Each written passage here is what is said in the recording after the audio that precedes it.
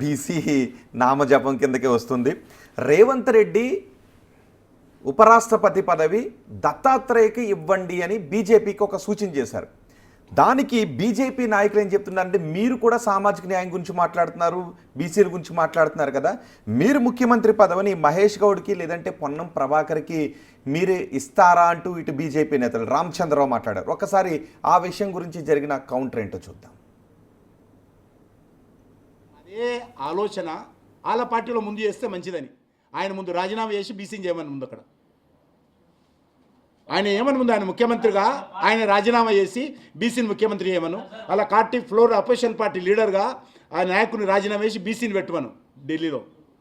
తర్వాత వేరే పార్టీలకు శుద్ధులు చెప్పొచ్చు, ఆయన అదే ఆలోచన వాళ్ళ పార్టీలో ముందు చేస్తే మంచిదని ఆయన ముందు రాజీనామా.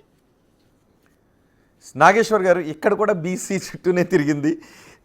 దత్తాత్రేయను ఉపరాష్ట్రపతిని చేయొచ్చు కదా, దానికి రాజీనామా తర్వాత అని రేవంత్ రెడ్డి అంటే, మీరు సామాజిక న్యాయం ఇక్కడ పాటించండి, ఏం చేయాలో మాకు తెలుసు అని వీళ్ళు మాట్లాడుతున్నారు. ఇప్పుడు వైస్ ప్రెసిడెంట్ అనేది ఒక పొలిటికల్ కాంటెక్స్ట్. భారతీయ జనతా పార్టీని కాంగ్రెస్ ముఖ్యమంత్రి నిర్ణయిస్తారు, నాకు అర్థం కాని అంశం. అయితే రేవంత్ రెడ్డి ఒక వ్యూహాత్మకంగా ఈ మాట చెప్పాడు. ఎందుకంటే రేవంత్ రెడ్డి పొలిటికల్గా చాలా ఇంటెలిజెంట్. నేను శాసన మండలిలో కూడా నాకు 2 years బెంచ్ మేట్. నేను చూసేవాడిని, చాలా తెలివిగా మాట్లాడడం రేవంత్ రెడ్డికి ఉన్న ప్రత్యేకత. ఆ తెలివి ఆయనను ఆ మాట్లాడే తెలివి ఆయన రాజకీయ సక్సెస్లో ఒక ముఖ్యమైన అంశం. సో కేసీఆర్పై జరిపిన పోరాటంలో కానీ ఆయన రాజకీయాల్లో ఇంత ఫాస్ట్గా ఎదగటానికి కారణం కూడా ఇది ఎబిలిటీ టు కమ్యూనికేట్. చాలా బాగా మాట్లాడగలుగుతాడు కనుక చాలా తెలివిగా మాట్లాడతారు. రాజకీయాల్లో ఏంటంటే తెలివిగా మాట్లాడితే మీడియాలో కవరేజ్ వస్తుంది, ప్రజల దృష్టి వస్తుంది, దానిపైన చర్చోపచర్చలుగా చర్చలు జరుగుతాయి. లేకపోతే దాన్ని ఎవరు పట్టించుకుంటారు? అందువల్ల పబ్లిక్ డొమైన్లో, పబ్లిక్ డిస్కోర్స్లో రాజకీయ నాయకుడు ఉండాలని కోరుకుంటాడు కనుక దానికి అనుగుణంగా చాలా సృజనాత్మకంగా, వ్యంగ్యంగా, విమర్శనాత్మకంగా, ఇలా సటారికల్గా, క్రిటికల్గా, ఇంట్రెస్టింగ్గా, స్ట్రేంజ్గా మాట్లాడుతూ ఉంటారు.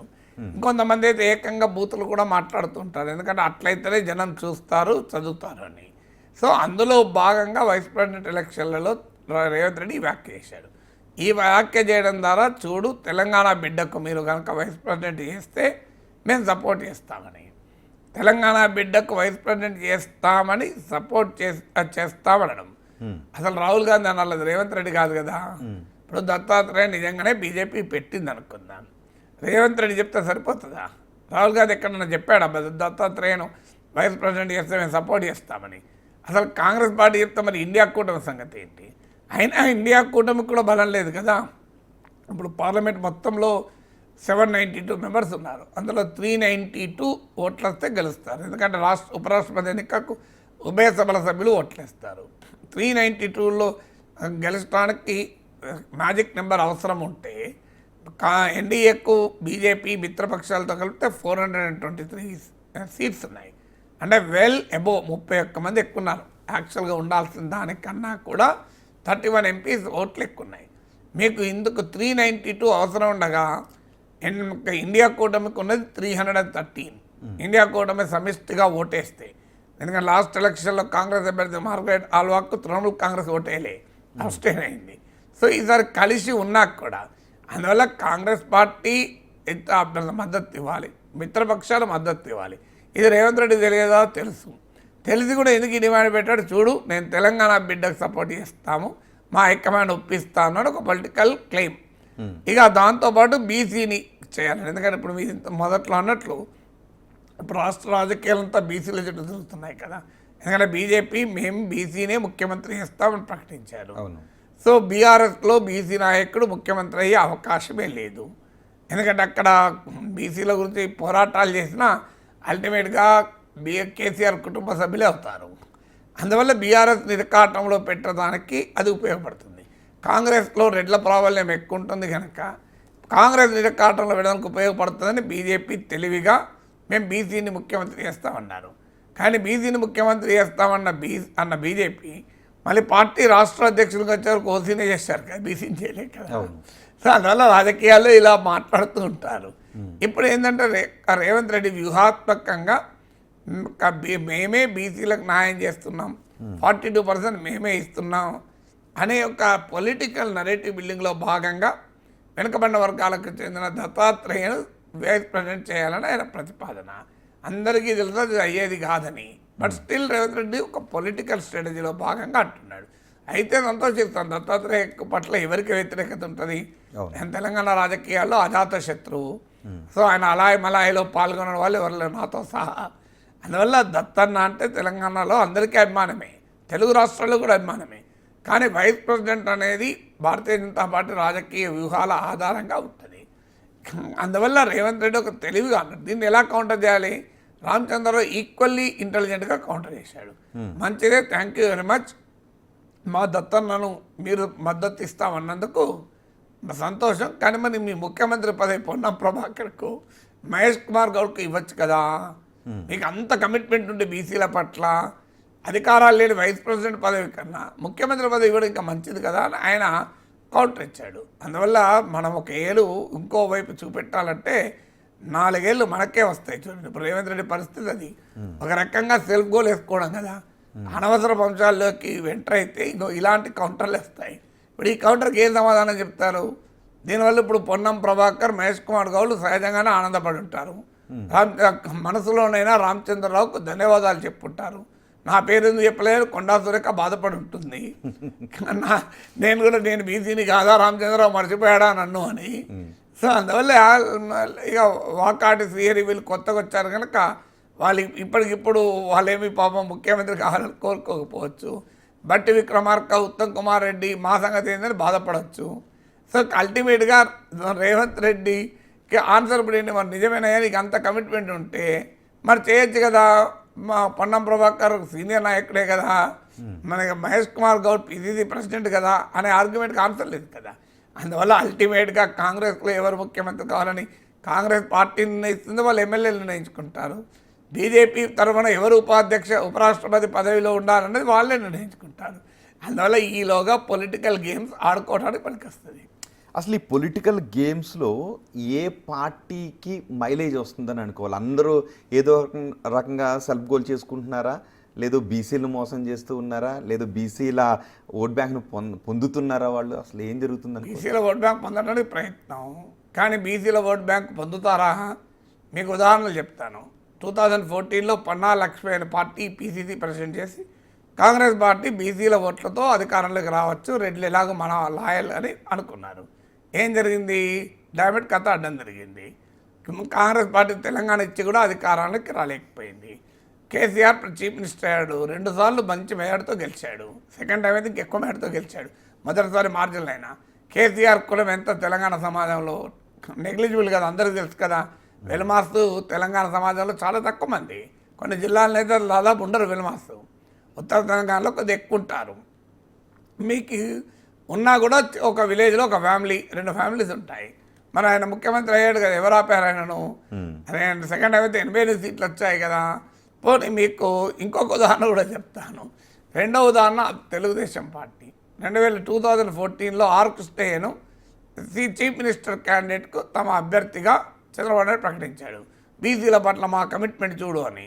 ఆంధ్రప్రదేశ్లో మన బీసీని ముఖ్యమంత్రి చేయొచ్చు కదా అచ్చెన్నాయుడును, లేదా యంగ్ అయినటువంటి మన రామ్మోహన్ నాయుడు చేయొచ్చు కదా. చేస్తలా బీసీల పట్ల అంత కమిట్మెంట్ ఉంటే మరి అచ్చెన్నాయుడు ముఖ్యమంత్రి చేసేయచ్చు కదా, చంద్రబాబు నాయుడు అడ్వైజర్గా ఉండొచ్చు కదా. ఎందుకు ఈ రాజకీయం? కానీ అవకాశం ఉండి ముఖ్యమంత్రి కాగలిగే ఆంధ్రప్రదేశ్లో మాత్రం మేమే ఉంటాం, తెలంగాణలో మాత్రం బీసీలను పెడతాం. తెలంగాణలో తెలుగుదేశం అధికారంలోకి వస్తుందా? సరే నమాయకులు వస్తుందని అనుకునేవాళ్ళు. కానీ ఇంట్రెస్టింగ్ ఏంటి, ఆర్ కృష్ణయ్య అభ్యర్థిత్వాన్ని ప్రకటించారు. నిజమే, ఆర్ కృష్ణయ్య పాపం జీవితం అంతా బీసీ బిడ్డల కొరకు ఏదో తన సాధారణ సహాయం చేస్తున్న నాయకుడు, ఆయన మీద ఎవరు కంప్లైంట్ ఏం లేదు. కానీ ఏం జరిగింది, ఆయన హిమాయత్ నగర్, ఆయన ఎల్బీ నగర్ నుంచి ఎమ్మెల్యే అయ్యాడు. కానీ ఆయన కనీసం శాసనసభలో తెలుగుదేశం పక్ష నేత కూడా చేయలే. బీసీ ఆయన ముఖ్యమంత్రి అభ్యర్థులు ప్రకటించిన తెలుగుదేశం చివరికి ఆయనకు లెజిస్లేచర్ పార్టీ లీడర్ పదవి కూడా ఇవ్వలే. అయిపోయింది కదా. ఇక తర్వాత బీజేపీ ఎన్నికల సమయంలో ముఖ్యమంత్రిని బీసీని చేస్తూ ఉన్నారు. లెజిస్లేచర్ పార్టీలో మీకు రాజాసింగ్ ఉన్నాడు, ఈటల రాజేందర్ ఉన్నాడు, రఘునందన్ రావు ఉన్నాడు. ఈటల రాజేందర్ బీసీ నాయకుడు, మన ఆయన కనీసం లెజిస్లేచర్ పార్టీ లీడర్ చేసిండ్రా? రాజా సింగ్ కూడా ఐ థింక్ ఆయన లోకల్ తెలంగాణ కాస్ట్ కాదు కనుక ఇక్కడ ఆ కాస్ట్ మరి బీసీనా కాదో నాకు తెలియదు. కానీ ఈటల రాజేందర్ అయితే బీసీ అందరూ తెలుసు కదా. అందులో అసలు పొలిటికల్ రిప్రజెంటేషన్ పెద్దగా లేని ముదిరాజ్ కమ్యూనిటీ. మరి ఆయన సీనియర్ నాయకుడు, 7 సార్లు ఎమ్మెల్యే. ఆయన మీకు హుజురాబాద్లో చారిత్రాత్మకమైన పోటీలో కేసీఆర్ సర్వశక్తులు ఒడ్డినా గెలిచాడు 25,000 మెజార్టీతో. ఒక రకంగా రాష్ట్ర రాజకీయాల్ని దుబ్బాక మలుపు తిప్పితే దాన్ని మరో కుదుపు తిప్పింది హుజురాబాద్ ఎన్నిక. సో రాష్ట్ర రాజకీయాల్ని కుదిపేసిన హుజురాబాద్ నాయకులు గెలిచి బీఆర్ఎస్ కేసు ఉద్యమ టైంలో శాసనసభాపక్ష నేతగా, మంత్రిగా, బీఆర్ఎస్లో ఒక రకంగా నెంబర్ 2 మంత్రిగా ఉన్న నాయకుడు మరి ఆయన ఎందుకు చేయలేదు? ఆయన కనీసం లెజిస్లేచర్ పార్టీ లీడర్ చేయలే. నేను బీసీని ముఖ్యమంత్రి చేస్తామన్నారు, కానీ అధికారవేత్త రాలే. బీసీ కనీసం శాసనసభాపక్ష నేత చేసిన శాసనసభ నేత ఎవరు? మహేశ్వర్ రెడ్డి. పోనీ బీసీని రాష్ట్ర అధ్యక్షుడిని చేశారా? రామచంద్రరావు ఓసీ. ఇవాళ రాష్ట్ర అధ్యక్షుడు ఓసీ, శాసనసభలో బీజేపీ నాయకుడు ఓసీ, శాసన మండలిలో బీజేపీ నాయకుడు ఓసీ. మరి బీసీలు ఎక్కడ ఉన్నారు? విచిత్రం చూడండి. బీసీని ముఖ్యమంత్రి చేస్తాం మేము గెలిస్తే అన్నారు, కానీ ఇప్పుడు 3 పదవులు కదా బీజేపీ ప్రోటోకాల్ ప్రకారం. ఈ 3 కీలకం. రాష్ట్ర అధ్యక్ష పదవిలో శాసనసభలో పార్టీ నేతగా, శాసన మండలి పార్టీ నేతగా బీసీని చేయలేదు కదా. ఇప్పుడు ఏవిఎన్ రెడ్డి ఉండే ఆయన ఉన్నట్టున్నాడు. మరి ఇప్పుడు బీసీని చేయొచ్చు కదా. ఇప్పుడు కొమరయ్య అయ్యాడు, ఆయన చేయొచ్చు కదా శాసనసభాపక్ష నేత. చేసినట్టయితే లేదు, నేను ఇక్కడ చదవలే. మరి సబ్జెక్టు కరెక్షన్. మన ఆయన శాసనసభాపక్ష నేత చేస్తారా? శాసన మండలిలో పార్టీ నాయకుడిగా చేయమనండి, సంతోషమే కదా. నాకు కూడా మంచి మిత్రుడే, మా అన్నయ్య క్లాస్మేటు చేస్తే నేను కూడా ఆనందపడతాను కొమరయ్యకైతే. సో అందువల్ల ఎందుకు ఈ కహానీలు చెప్తుంటారు? ఇప్పుడు నేను కాంగ్రెస్ చెప్పాను, తెలుగుదేశం చెప్పాను, బీజేపీ చెప్పాను. ఇదంతా రాజకీయాలు. ఎందుకంటే రాష్ట్రంలో బీసీలు 50% పైగా. కానీ బీసీ నినాదంతో ఇంతవరకు రాష్ట్ర రాజకీయాలు మలుపు తిప్పిన ఉదాహరణ లేదు. అవును, మీకు యూపీ, బీహార్ వేరు. అక్కడ ఏమో నీకు మండల్ పాలిటిక్స్ యొక్క పవర్ఫుల్ రూట్స్ ఇస్తుంది. ఇక్కడ రీజనల్ పార్టీస్ కాన్సెప్ట్ వేరు. అక్కడ రీజనల్ పార్టీస్ ఏమో అక్కడ మీకు మండల్ పాలిటిక్స్ ఆధారంగా మీకు Samajwadi party, RJD, Lok Janshakti party, JDU లాంటి పార్టీలు ఎమర్జ్ అయ్యాయి. ఇక్కడనేమో బీఆర్ఎస్కు భూమిక తెలంగాణ ఉద్యమం, తెలుగుదేశానికి భూమిక కేంద్రానికి వ్యతిరేకంగా తెలుగు ప్రజల ఆత్మగౌరవం, వైఎస్ఆర్ కాంగ్రెస్కు భూమిక రాజశేఖర రెడ్డి పట్ల సానుభూతి, జనసేనకు భూమిక పవన్ కళ్యాణ్ జనాకర్షణ, కాంగ్రెస్ బీజేపీలు ఎలాగో జాతీయ పార్టీలు. ఇక్కడ రాజకీయ వ్యవస్థకు బీసీ ఉద్యమాలు పునాది లేదు, కనీసం మండల్ పాలిటిక్స్ పునాదులు కూడా లేవు కదా. ఇప్పుడు బీసీ నాయకులుగా చెప్పుకుంటున్న ఏ నాయకుడు బీసీల కొరకు పెద్ద ప్రజా పోరాటం నడిపా నాకు చెప్పండి. అంటే ఇలాంటి సమయంలో బీసీల కోసం ఒక పార్టీ పుట్టుకొచ్చే అవకాశం ఉందా? వస్తే అది నిలబడగలుగుతుందా? కులం ఆధారంగా ఏర్పడ్డ ఏ పార్టీ కూడా దేశంలో అధికారానికి రాదు. మీరు ఎక్కడైనా చూడండి, అన్ని కులాల వాళ్ళు ఓట్లేస్తేనే అధికారంలోకి వస్తారు. మ్యాక్సిమం అయితే ప్రెషర్ గ్రూప్గా ఉంటారు. ఇప్పుడు మీకు బీహార్లో పార్టీ ఉంది, చిరాగ్ పాస్వాన్ పార్టీ, లోక్ జనశక్తి. పాస్వాన్లో ఒక బలమైన దళిత్ వర్గము. మీకు వాళ్ళకు ప్రెషర్ గ్రూప్గా ఉన్నారు తప్ప వాళ్ళంతా వాళ్ళ అధికారంలోకి వచ్చారా? యూపీలో అప్నా దళ్ ఉంది, కర్ణాటకలో జేడీఎస్ ఉంది. అది వాస్తవంగా కులమాధారిత పార్టీ కాదు అఫీషియల్గా, కానీ రియాలిటీలో ఒక్కలిగా ఓల్డ్ మైసూర్ మాత్రమే పరిమితం అయ్యారా. మీకు పట్టలి మక్కలి కచ్చి ఉంది తమిళనాడులో, వాళ్ళు ఒక కులానికి రిప్రజెంట్ చేస్తారు అయ్యారా. మీకు ఇట్లా చాలా దేశంలో అనేక రాష్ట్రాలు చెప్తాను నేను. ఒకే కులం ఆధారంగా పార్టీలు పెట్టి సక్సెస్ అయిన ఉదాహరణ లేవు. బహుజన్ సమాజ్ పార్టీ కూడా కులం ఆధారంగా రాలేదు. బహుజన్ అని అనగానే కుల వాళ్ళు ఈవెన్ బ్రాహ్మణులకు 54 టికెట్లు ఇచ్చారు. మాయావతి సీవే అన్నారు. ఇప్పుడు 54 MLAs Brahmin MLAs. Bahujan Samaj party సక్సెస్లో కూడా మీకు అప్పటిదాకా ఠాకూర్లు వీరి ఆధిపత్యంలో ఉన్న పాలిటిక్స్ పైన అటు రాజపుట్లకు అటు బ్రాహ్మణులకు వ్యతిరేకత ఉంది, దళితులకు వ్యతిరేకత ఉంది. ఆ ఆధిపత్యాన్ని ఛేదించడం వల్ల బీఎస్పీ అధికారంలోకి వచ్చింది. మీరు అందువల్ల ఈవెన్ ఇప్పుడు కర్పూరి ఠాకూర్ ఎలా వచ్చా మీకు most backward class Nitish Kumar phenomenon యాదవ్లో డామినేషన్ ఉంది కనుక నితీష్ కుమార్ ఫినామినన్ ఎమర్జ్ అయింది, మోస్ట్ బ్యాక్వర్డ్ క్లాసెస్. సో అందువల్ల బ్యాక్వర్డ్ క్లాస్ ఐడెంటిటీ అనేది తెలంగాణలో నేపథ్యం వేరు. తెలంగాణలో మీకు తెలంగాణ ఉద్యమాలు, తొలిదశ మలిదశ ఉద్యమాలు, అంతకుముందు నక్సలైట్ ఉద్యమాలు, అంతకుముందు కమ్యూనిస్ట్ ఉద్యమాలు, ఇక్కడ అస్తిత్వ ఉద్యమాల చరిత్ర లేదు మనకు. అందులో వెనుకబడిన వర్గం ఒక్కటి కాదు. మీకు ఉదాహరణకు రజకులు, మీకు నాయి బ్రాహ్మణులు ఉన్నారు. వాళ్ళని 300 కాపులు, గౌడలు సమానంగా చూస్తారా? నాకు చెప్పండి, మన ఏ గ్రామంలోనే వెళ్ళండి చూస్తారా? అసలు మాలలే మాదిగలు సరిగా చూడాలనే కదా మాదిగల వర్గీకరణ పోరాటం జరిగింది. అందువల్ల బీసీ అనే కామన్ ఐడెంటిటీకి ఒక బలమైన ప్రజా ఉద్యమాలు ఉంటే సాధ్యమవుతుంది. ఇది బలమైన ప్రజా ఉద్యమాల ఆధారంగా వచ్చిన బీసీ అస్తిత్వం కాదు. రాజకీయ నాయకులు తమ ప్రయోజనాల కొరకు రైజ్ చేస్తున్న అస్తిత్వవాదం అది నిలబడుతుందా? మీకు బీఎస్పీ రావడానికి కూడా కారణం కన్షీరామ్ ఒక అద్భుతమైన పోరాటం కదా అది. సో దానికి కన్షీరామ్ పోరాటానికి అధికారం ఉన్నది. నితీష్ కుమార్ రావడానికి కర్పూరి ఠాకూర్ కృషి ఉంది.